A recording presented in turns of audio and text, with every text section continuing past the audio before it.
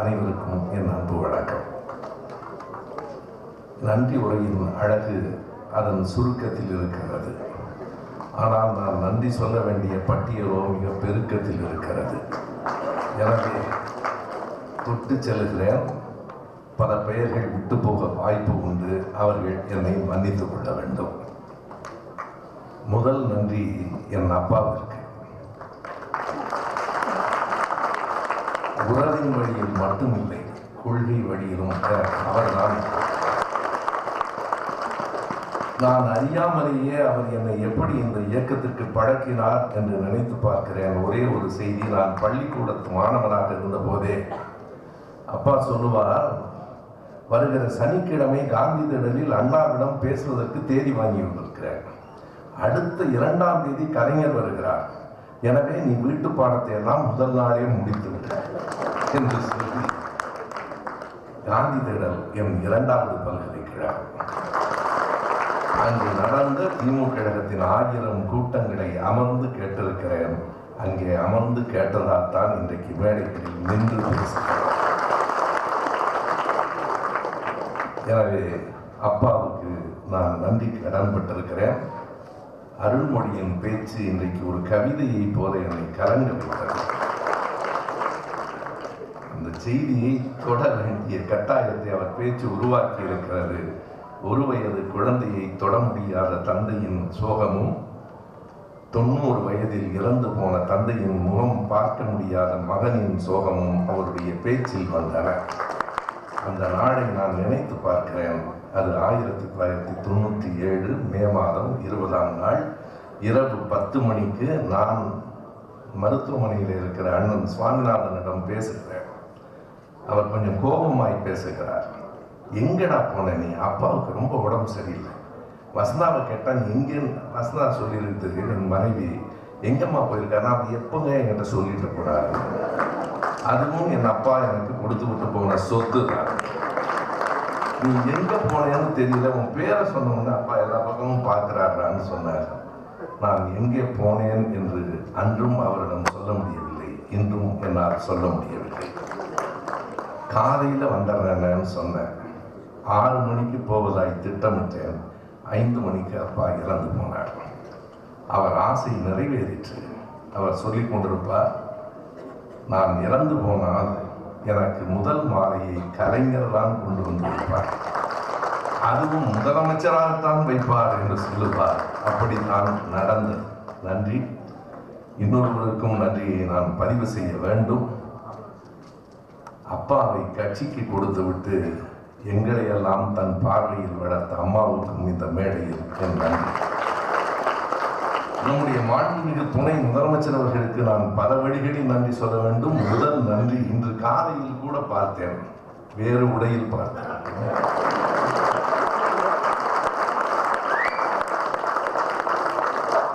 கருப்பு சட்டையில் உங்களுக்கு பின்னால் காத்திருக்கின்றன 1000 கருப்பு.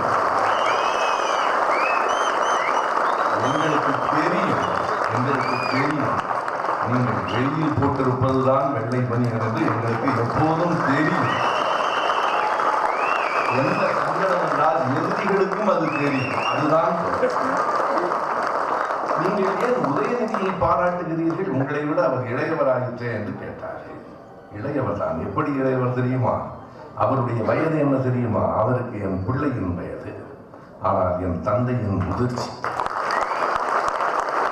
இப்போது எழுதியிருக்கிறேன். அதுவும் அருள்மொழியையும் சொல்லி, அருள்மொழியும் நீங்களும் எல்லாம் உதயநிதியை பாராட்டலாமா?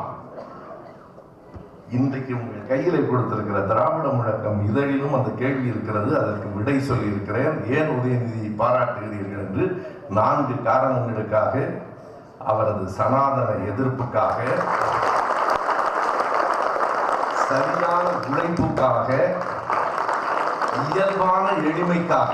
கவனியுங்கள், நான் எளிமைக்காக என்று சொல்லவில்லை.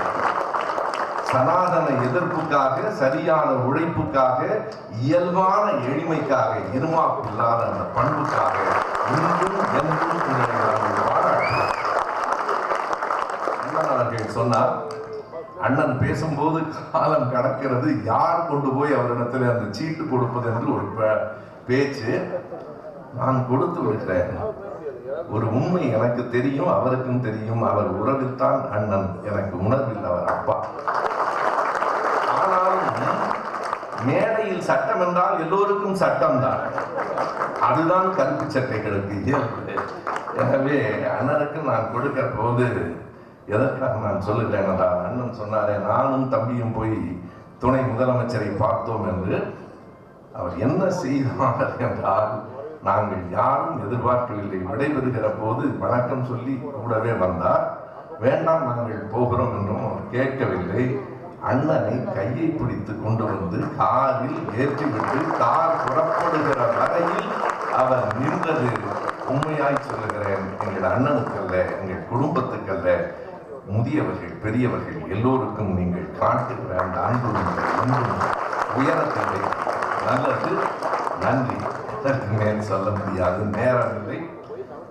பெரிய அன்பிற்கு உரியவர், பெரிய செயலுக்கு உரியவர், பெரிய மீசைக்கும் உரியவர். இதை நான் சொல்லவில்லை. பெரிய அன்பிற்குரியவர், பெரிய செயலுக்குரியவர், பெரிய மீசைக்கும் உரியவர், என் பிரியத்துக்கும் உரியவர் என்று முதலமைச்சர் அவர்களால் பாராட்டப்பட்டிருக்கிறார். அமைச்சர் பெரிய கருப்பன் அவர்களுக்கு நன்றி. எல்லோரும் அமைச்சர்கள். ஆனால் நாங்கள் எல்லாம், இந்த ஊர்க்காரர்கள் எல்லாம் எங்கள் அமைச்சர் என்று சொன்னால் அது நீங்கள். அமைச்சருக்கு நன்றி. அழைத்தால்தே வருவதற்கு வாய்ப்பு குறைவு, 1000 வேலைகள். அழைக்காவிட்டால் என்ன? இது ராமசுப்பையா அவர்களின் விழா. ஏன் தெரியுமா? அன்பில் அமைச்சர் என்றுதானே உங்களுக்கு தெரியும். அன்பிலாரின் பேரம் என்பது இன்னொன்று. அன்பிலாருக்கும் அப்பாவுக்கும் இருந்த நெருக்கம் எத்தனை நெருக்கமானது என்பதை நான் அறிவேன். நீங்கள் வந்திருப்பது மறுபடியும் புரியாமல் சொல்கிறார்கள் இது குடும்ப கட்சி என்று. இது தலைமுறைகளின் கட்சி, வெறும் குடும்ப கட்சி அல்ல. தாத்தா மகன் பேரன் என்று நாங்கள் தொடர்ந்து இயக்கத்திலே இருக்கிறோம். அன்பிலார் அவர்களும் அன்பிற்குரிய அமைச்சர் சிவ மெய்யநாதன் அவர்களும் வந்திருக்கிறார்கள். அவர்களுக்கு நன்றி. நான் காரைக்குடிக்கு வரும்போதெல்லாம் அண்ணன் தென்னமனை பார்க்காமல் போவதில்லை. அந்த கட்சிக்காக இல்லை, அவர் பேசிய பேச்சில் எழுந்த அந்த உணர்ச்சிக்காக எப்போதும் அவரை நான் அண்ணனாக கேட்பேன். அவருக்கு நன்றி. அருள்மொழி அவர்களின் பேச்சை பற்றி முதலிலேயே சொன்னேன். இன்னும் ஒன்றை சொல்ல வேண்டும். நானும் மேடைகளில் எப்படியாவது புதிய உத்திகளை எல்லாம் கையாண்டு பேசிவிட வேண்டும் என்று பேசி முடித்துவிட்டு வீட்டுக்கு போனால் என் மனைவி சொல்லுவார், நல்லா தான் பேசுனீங்க, ஆனாலும் அருள்மொழி மாதிரி வர எவ்வளவு கோபம் இருக்கிறது என்பதற்காக சொல்லுகிறேன். நல்லா தான் பேசுனீங்க, ஆனாலும் அருள்மொழி மாதிரி. எனவே இப்போதும் எனக்கு போட்டியாளராகவே இருக்கிற என் அருமை தங்கி அருள்மொழிக்கு நன்றி. அருள்மொழியிடம் மட்டுமல்ல, இப்போது பேசி வளர்ந்து கொண்டிருக்கிற என் மகள் மதிவதனியிடமும் தோற்று போவது எனக்கு எப்போதும் எப்போதும் அவருக்கு நன்றி. அமைச்சர்களுக்கு 1959 முதலாக திமுக கழகம் சென்னை மாநகராட்சியில் வெற்றி பெற்றது.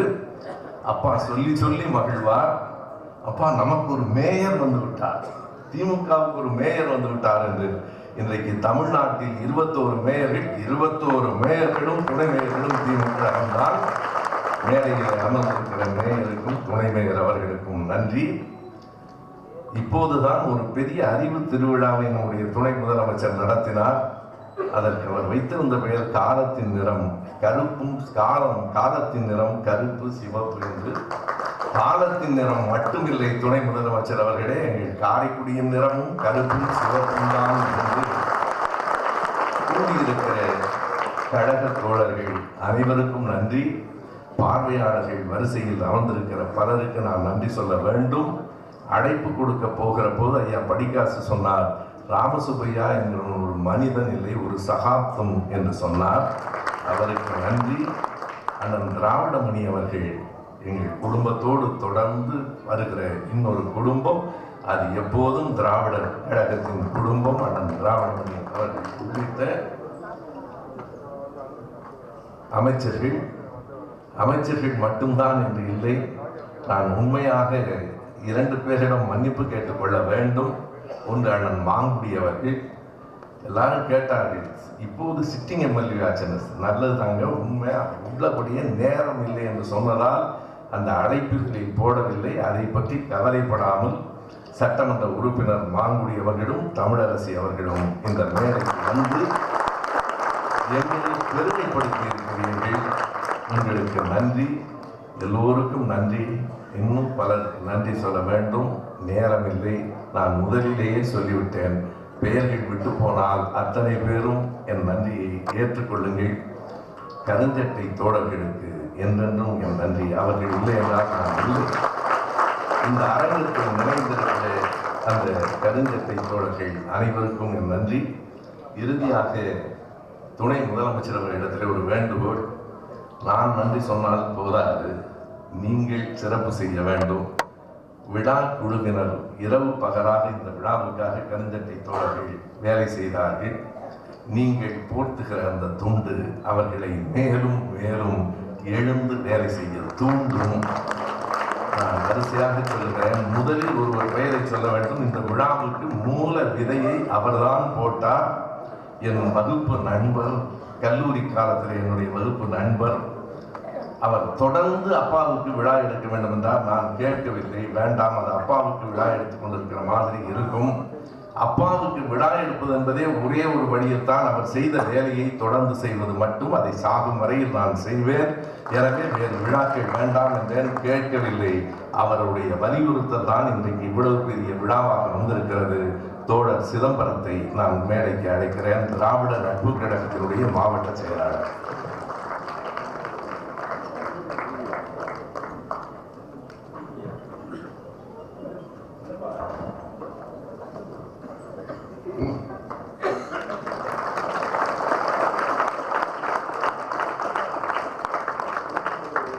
அடுத்ததாக அருள்மொழி அவர்கள் பேசுகிற போது, அண்ணா இறந்த போது அப்பாவும் கவிஞர் முடியரசன் அவர்களிடம் கருதி எழுத காட்சியை சொன்னார்.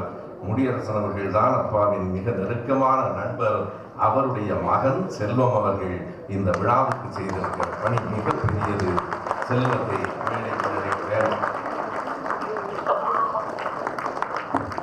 செயல் திட்டங்களை வகுத்து கொடுத்து தொடர்ந்து பணியாற்றுகிற தோழர் கலைமணி,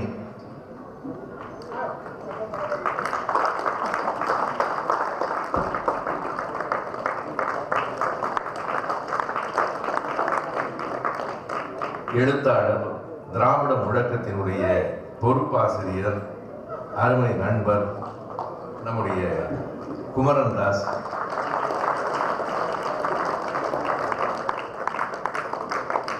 புகைப்படம் எடுத்துக்கொண்டிருக்கிற எங்கள் அமைப்பினுடைய தோழர் நபில் மேடைக்கு வருமாறு கேட்டுக்கொள்ளுகிறேன். வந்துட்டார். அண்மையில் இயக்கத்தில் சேர்ந்து தொடர்ந்து பணியாற்றிக் கொண்டிருக்கிற தம்பி முத்துக்குமார்,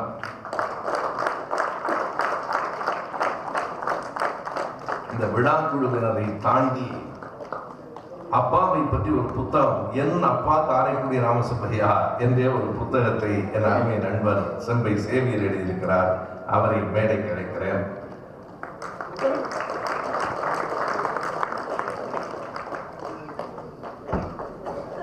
இன்றைக்கு உங்களிடமெல்லாம் கொடுக்கப்பட்ட பெரியார் பெருந்தொண்டர் ராமசுப்பையா என்கிற புத்தகத்தை தொகுத்து தன் செலவிலேயே எல்லோருக்கும் கொடுத்திருக்கிற எங்கள் அருமை தோழர் லாரன்ஸ்,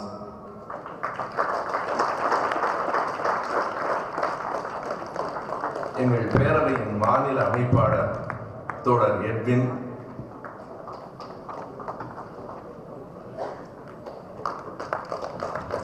கடைசியாய் ஒரு பெயரை சொல்லுகிற, அவர் இல்லை என்றால் இந்த விழா இவ்வளவு சிறப்பாக நடக்காது, கொஞ்சம் கண்டிப்பானவர், எங்கள் தோழர்களே நெருங்குவதற்கு கொஞ்சம் அச்சப்படுகிறவர்.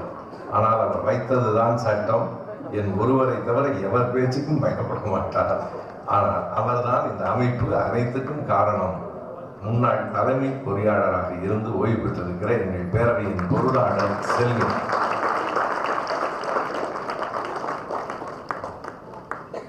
நன்றி.